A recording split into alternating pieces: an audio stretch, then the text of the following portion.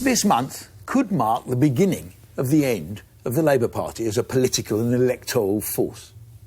With the real possibility of Labour losing by-elections in Copeland and Stoke-on-Trent, two northern working-class seats which they've held since time immemorial, combined with the rebellion over the parliamentary vote on Brexit, and we could be living through the party's terminal decline. Way back in 1951, Labour won an almighty 49% of the vote, despite losing the election. More than twice the support it currently has. Often, what we assume are political certainties, likely to be here forever, turn out to have a limited life. Apartheid in South Africa, which looked like it would always last. The Soviet Union, which most people thought would never fall. And the troubles in Northern Ireland, which felt endless for decades. The same could apply to the Labour Party. We've assumed it'll always be around because in our lifetimes it always has been. But that doesn't mean it's got a future. If something no longer serves a purpose, it will die.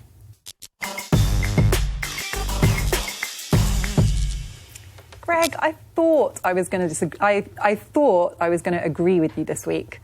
But actually, listening to what you said, I don't agree with you. Because, I mean, who can disagree that Labour is in a bad place at the moment? It's depressing. It's depressing because regardless of all our political orientations, we need a strong opposition. Democracy needs that.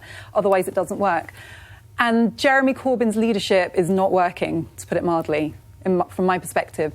But when you look at the Labour Party as a whole, it's something people believe in, you know. Biggest political party in Western Europe. When you talk to Momentum people, when you talk to young Labour supporters, I know so many of them who are still so loyal to the Labour Party and see it as a force of the future. And remember, these are people who have a very clear position on the EU referendum, who have a very clear position on our international role. They know what they think the country is about, and they're the future. So I think that we shouldn't be too quick just because grandees of the Labour Party are feeling alienated, just because the front bench is split, to say that the party is dead. I mean, I think that's from very narrow I didn't say it perspective. was dead. I said it's on the way. And I think, and if you look, as I say, you know, politics. I mean, if we hadn't got our rather strange electoral system, we had PR. This would have been obvious years ago that actually the Labour Party has lost half its support in 50, 60 years. It's not just about Corbyn. I think Corbyn is obviously the issue of the day, but it is about the world changed.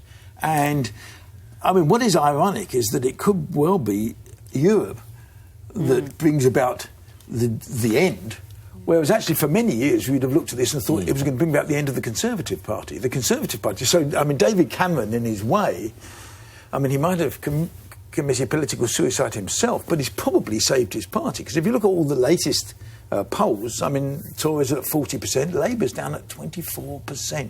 I was in the Palace of Westminster yesterday. Oh, of course we did. At Harriet Harman's book launch, because she's obviously one of the longest-serving Labour MPs.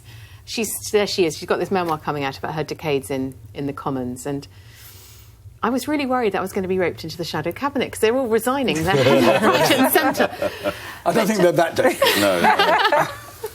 But she said, sorry, just to go back to Harriet, she said in her speech about her book that the mood was not, we are extinct. I mean, she didn't make a random speech. She said, we know there is more work to come. And I don't think that you can count out the Labour Party. It's a brilliant brand. And remember, back in the day, we thought that the Tories were going to be extinguished by Labour in the landslide Blair victory. And actually, William Hague said, we mustn't do this. And we've got a clip to hear from our friend William Hague. I'll be totally candid with you. It hasn't all been plain sailing since the election. And I never expected it would be after such a heavy defeat. We've made real substantial progress this last year. But I've never pretended to you that the road ahead for our party was anything other than long and difficult.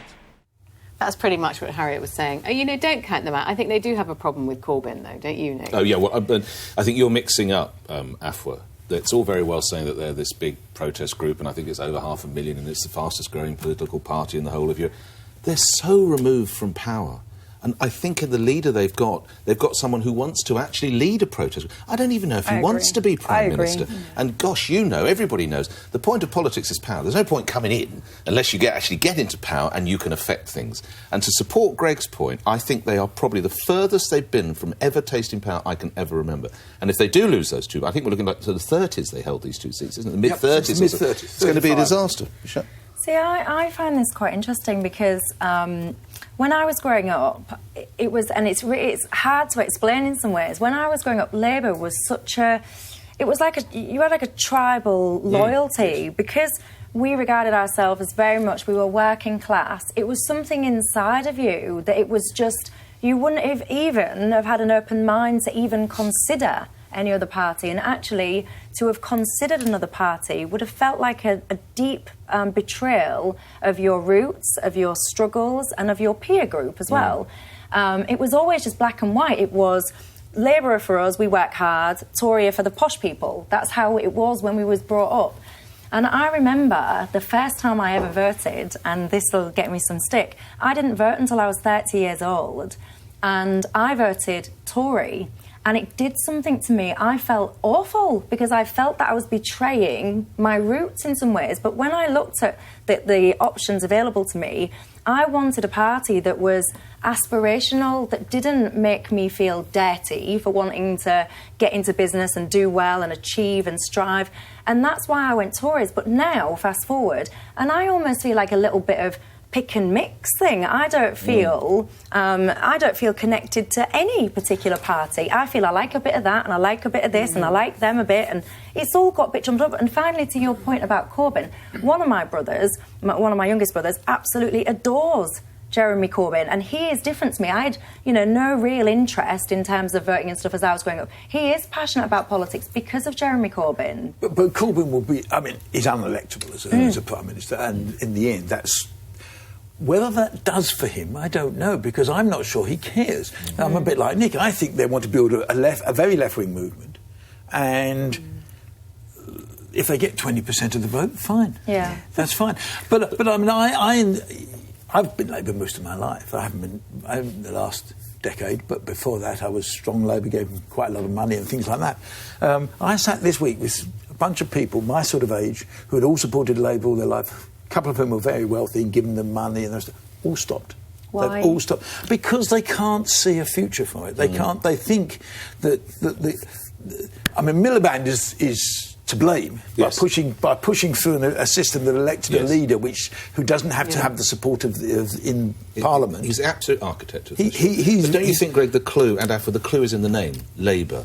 Because our workplace we don't have the giant factories and the mills in the north pouring out the lads in claps and their wives all voting. Many of us work from home, many of us work from coffee shops. Labour, small L, has changed, and Labour, big L, hasn't mirrored it. Where I would disagree with you, and picking up on what Michelle said, is I think that, this is partly about branding, and there's no better example of a party rebranding itself than the Conservatives. When I was growing up, like you, the Conservatives stood for the elite. They were against the interests of working people, and it was intergenerational. My parents were middle class, but they inherited Labour support from their parents and would never have dreamt of voting for the Conservatives. And I think that the Conservatives have rebranded themselves as a party that can appeal to someone like you, a self-starter who believes in working hard. They've lost the nasty party legacy that they used to have. But where I disagree with you is that I think Labour does stand for something. I agree that the Labour Party, the old image of industry and trade unions is not so relevant. It's not relevant to a young generation, certainly. But Labour, I believe, still stands for certain values. It genuinely stands for fairer society, for redistribution, for taking care of people at the bottom. I don't want to hear a party political broadcast from you. Sorry.